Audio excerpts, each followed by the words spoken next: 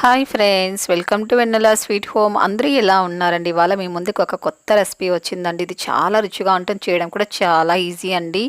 ఇంట్లో ఉండే చాలా చాలా తక్కువ ఐటమ్స్తో చాలా ఈజీగా చేసుకోవచ్చు ఎవరైనా సరే అండి. ఇది ఎలా ప్రిపేర్ చేయాలో చూద్దాం. ముందుగా ఒక కప్పు ఇడ్లీ పిండి తీసుకోవాలండి. మీ దగ్గర ఇడ్లీ పిండి ఉన్నా తీసుకోవచ్చు, లేకపోతే దోశ పిండి అయినా కూడా తీసుకోవచ్చు అండి. ఇందులో ఒక చిటికెడు వంట సోడా వేసుకోవాలి. ఎక్కువ అవసరం లేదండి, జస్ట్ ఒక చిటికెడు వేస్తే సరిపోతుంది. అలాగే ఒక చిటికెడు సాల్ట్ వేసుకోవాలి, ఎక్కువ వేయకూడదండి, ఒక చిటికెడు వేసుకుంటే సరిపోతుంది. ఇందులో ఒక టీ స్పూన్ వాటర్ వేసుకోవాలి, ఎక్కువ వాటర్ వేయకూడదండి, ఒక టీ స్పూన్ వేసుకొని సాల్టు అలాగే వంట సోడా అంతా కూడా పిండికి పట్టేలాగా బాగా ఇలా కలుపుకోవాలండి. పిండి అనేది ఇలా చిక్కగా ఉండాలి, మరీ ఎక్కువ లూజ్గా ఉండకూడదండి, ఇలా గట్టిగా ఉండాలి పిండి. ఇడ్లీ పిండి అంతే చాలా బాగా చక్కగా పొంగుతూ వస్తుందండి, ఎందుకంటే మనం మినపప్పు కాస్త ఎక్కువ వేస్తాం కాబట్టి ఇడ్లీ పిండితో అయితే చాలా బాగా వస్తుందండి. చూడండి, ఇలా కలుపుకోవాలి. వంట సోడా అలాగే సాల్ట్ వేసిన తర్వాత ఒక 3-4 నిమిషాలు కలిపారనుకోండి, ఇలా పొంగుతూ వస్తుందండి పిండి. ఇప్పుడు దీన్ని పక్కన ఉంచుకుందాము. ఇప్పుడు స్టవ్ పైన ఒక గిన్నె పెట్టుకొని ఇందులో పాలు పోసుకోవాలి. బాగా చిక్కటి పాలు వేసుకొని బాగా మరిగించుకోవాలండి పాలని. చూడండి, ఇలా మరిగించుకోవాలి. ఇలా బాగా మరిగించుకున్న తర్వాత ఇప్పుడు సిమ్లో ఉంచుకొని ఇప్పుడు ఇందులో చక్కెర వేసుకోవాలి. మీకు ఎంత స్వీట్ కావాలో అంత చక్కెర వేసుకుంటే సరిపోతుందండి. చక్కెర వేసిన తర్వాత అలాగే ఇందులో ఒక 2 ఇలాచి దంచుకొని వేసుకోవాలి.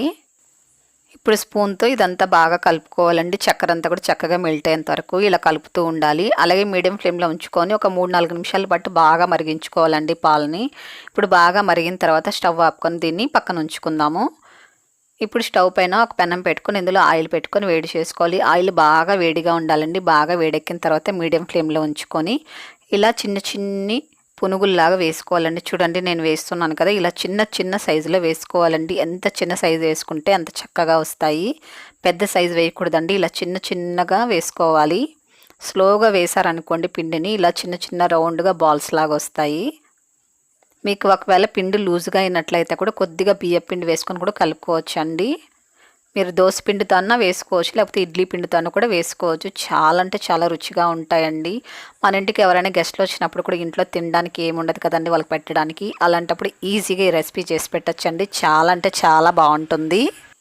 చూడండి, మంచి కలర్ వచ్చాయి. అలాగే మంచి రౌండ్ షేప్లో ఉండే చూసారా, సేమ్ గులాబ్ జామున్లు ఎలాగున్నాయి అలాగే ఉన్నాయి కదండి. ఇది వేయించుకోవడానికి కూడా చాలా తక్కువ సమయం పడుతుందండి. జస్ట్ మనం ఆయిల్లో వేయంగానే చక్కగా వేగిపోతాయి.